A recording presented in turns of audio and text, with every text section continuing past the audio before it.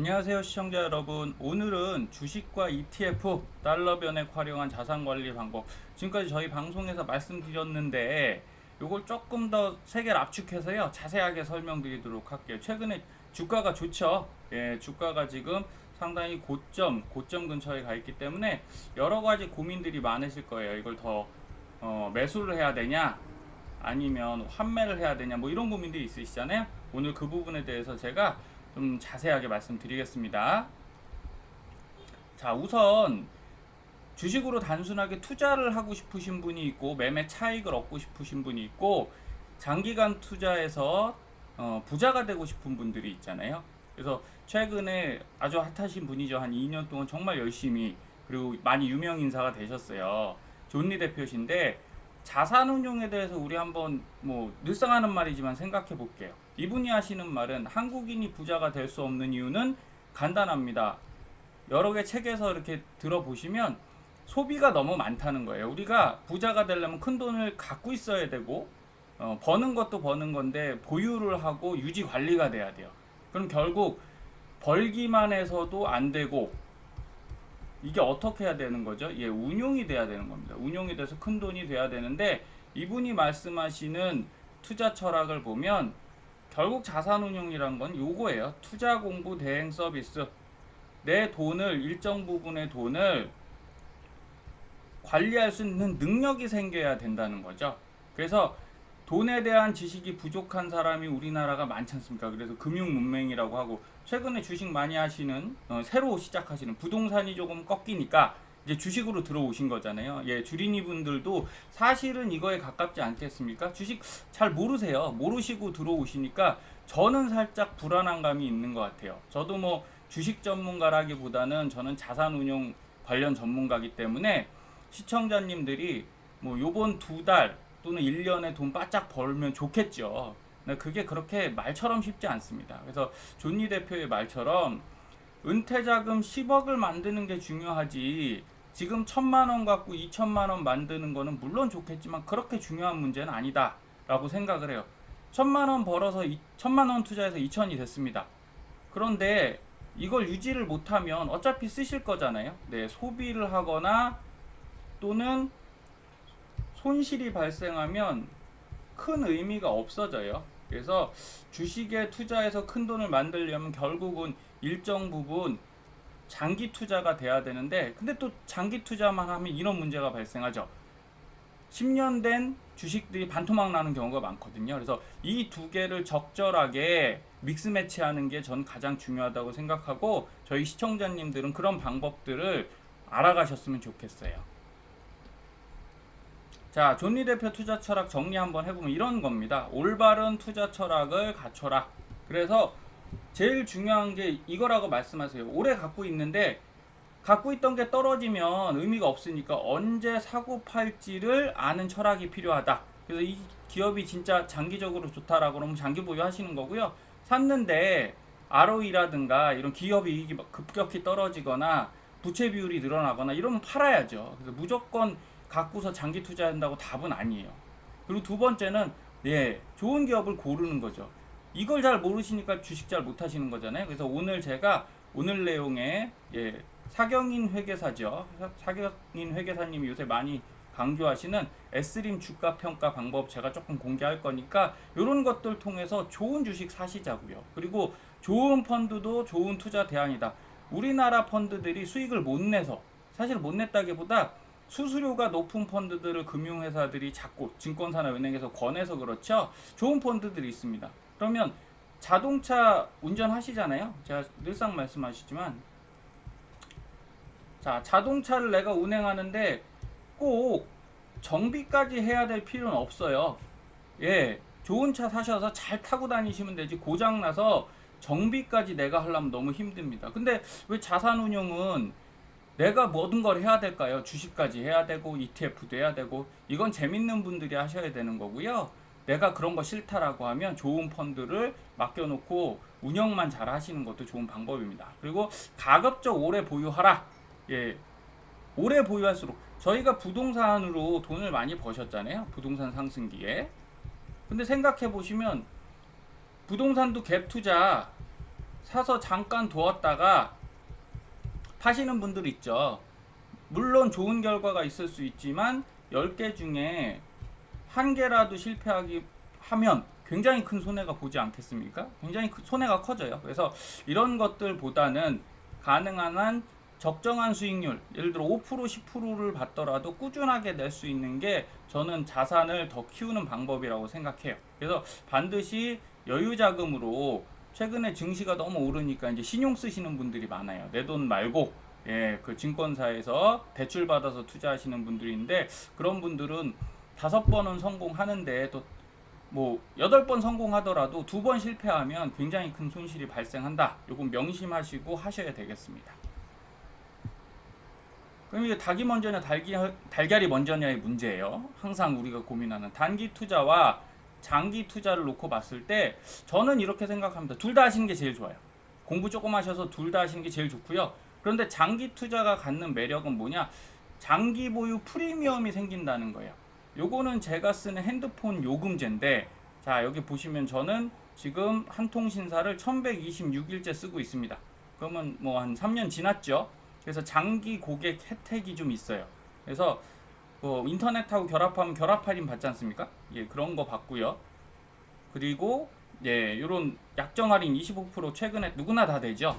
예, 신청하면 이 요금제가 원래 65,890원짜리예요. 데이터는 무제한인데, 자 3년이 넘으니까 이 4만원이나 할인되더라고요. 41,890원. 그럼 저는 얼마를 내고 있냐?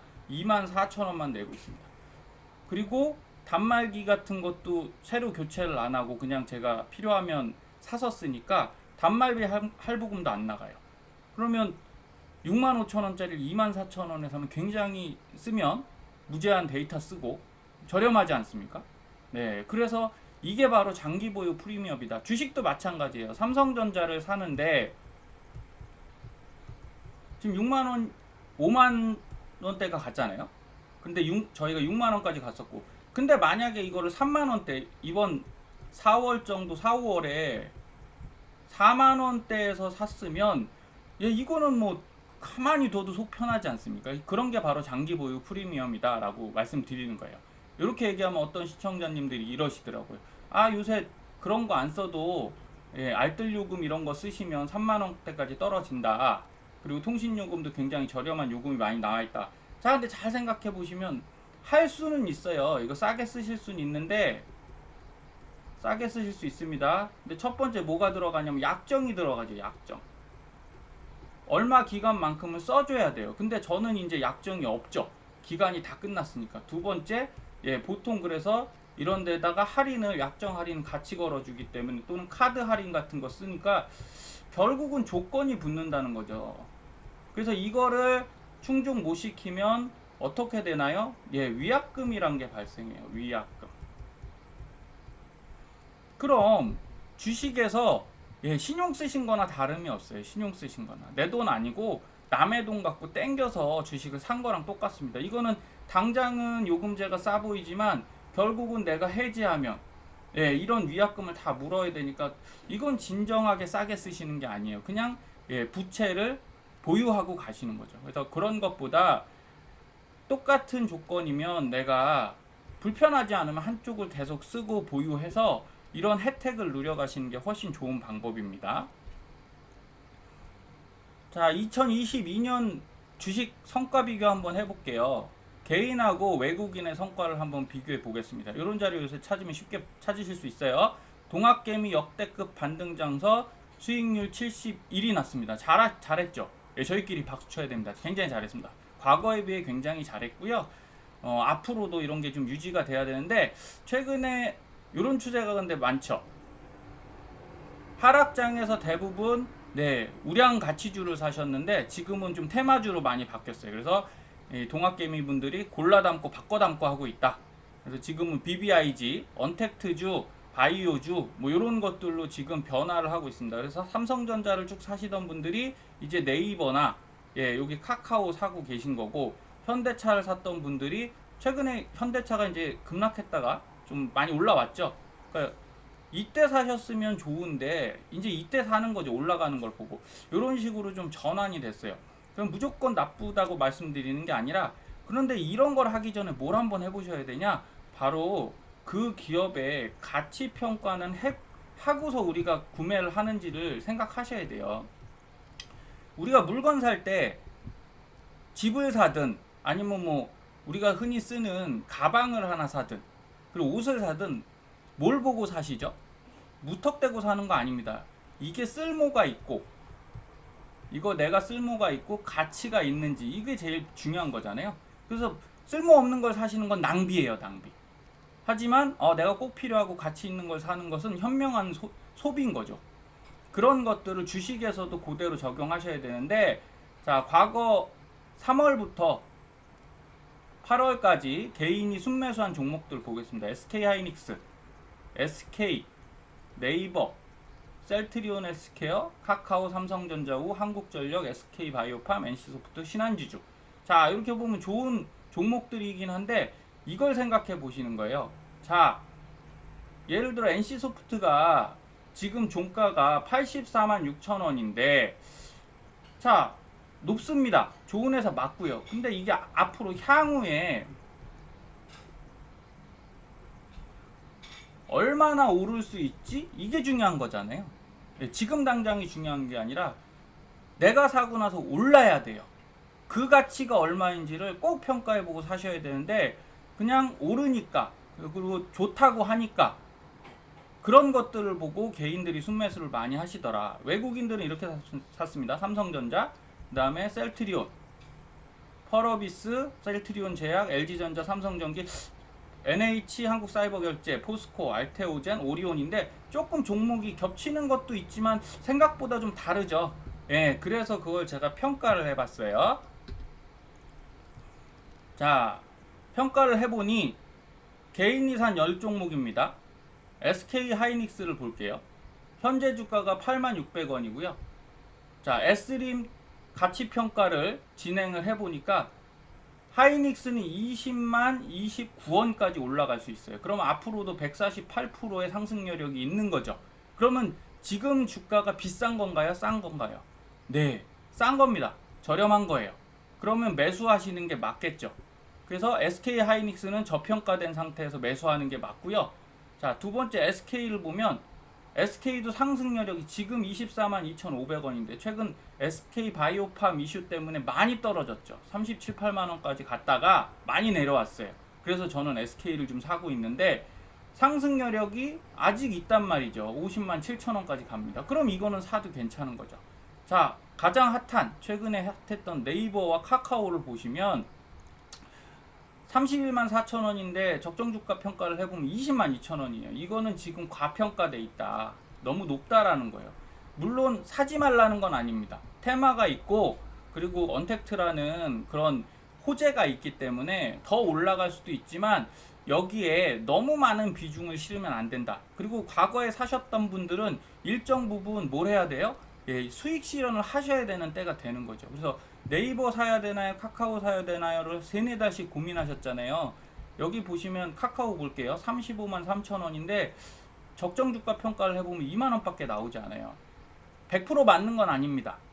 왜? 이 평가를 하는 건 뒤에 말씀드리겠지만 ROE를 보고 하거든요. 내 자산 대비 얼마를 이 회사가 벌고 있느냐 뭐 이렇게 생각하시면 되는데 아직 생각보다 많이 못 벌어요. 그래서 카카오 게임즈 같은 비상장 주식이 상장되는 것을 보고 자산이 더 늘어날 거다 이렇게 지금 평가하는 건데 틀린 건 아니지만 그 회사들이 그만큼 가치가 있는지는 비상장이기 때문에 사실 평가하기 어렵습니다. 그래서 네이버와 카카오 둘을 딱 놓고 보면 뒤에 보여드리겠지만 현재는 현금 여력이 네이버가 훨씬 좋아요. 그래서 저는 네이버를 좀 사고 있고 카카오는 조금 팔고 있습니다. 이렇게 보시면 조금은 더 마음이 편해지신다는 거죠. 셀트리온 헬스케어는 완전히 엔테마죠. 네, 지금 적정 주가로 보면 3만원 정도밖에 안 되는데 지금 10만원 가 있어요. 자, 삼성전자 우도 다행히 아직은 상승 여력이 있고요. 그리고 한국전력은 네, 오히려 최근에 이제 마이너스가 많다 보니까 많이 떨어졌는데 전기차가 많이 보급되면 이거 올라갈 거다 이런 테마를 좀 갖고 있는 거예요. 이렇게 돼서 개인은 10개 중에 저평가된 종목을 SK 하이닉스 SK, 그다음에 삼성전자, 우, 그리고 여기 신한지주 네 종목을 갖고 있습니다. 근데 신한지주 같은 경우가 32,200원인데 자, 적정 가치는 136,000원이에요. 353%나 오를 수 있지만 은행주들의 특징이 뭔가요? 금리가 낮아지면 아무래도 수익 실현이 어렵거든요. 그래서 매력이 최근에 좀 많이 떨어진 거죠. 하지만 장기 보유하시겠다고 하면 사실 수 있는 겁니다. 외국인을 볼게요. 외국인은 삼성전자 83.4%의 상승률을 갖고 있고요. 펄어비스 게임 만드는 회사죠. 198%. 그 다음에 LG전자도 88%의 상승률력. 그리고 삼성전기 거의 비슷하게 왔지만 얘도 호재성이 많죠. 그래서 상승 가능하고요. 그 다음에 포스코도 상승 여력이 여전히 있습니다. 최근에 업황이 안 좋아지면서 조금 주가가 많이 밀린 경향이 있지만 장기적으로 볼 때 결코 나쁜 회사가 아니에요. 그리고 오리온 같은 회사가 지금 상승 여력이 있습니다. 그럼 이렇게 보시면 되는 것 같아요. 앞에서 보실 때 결국은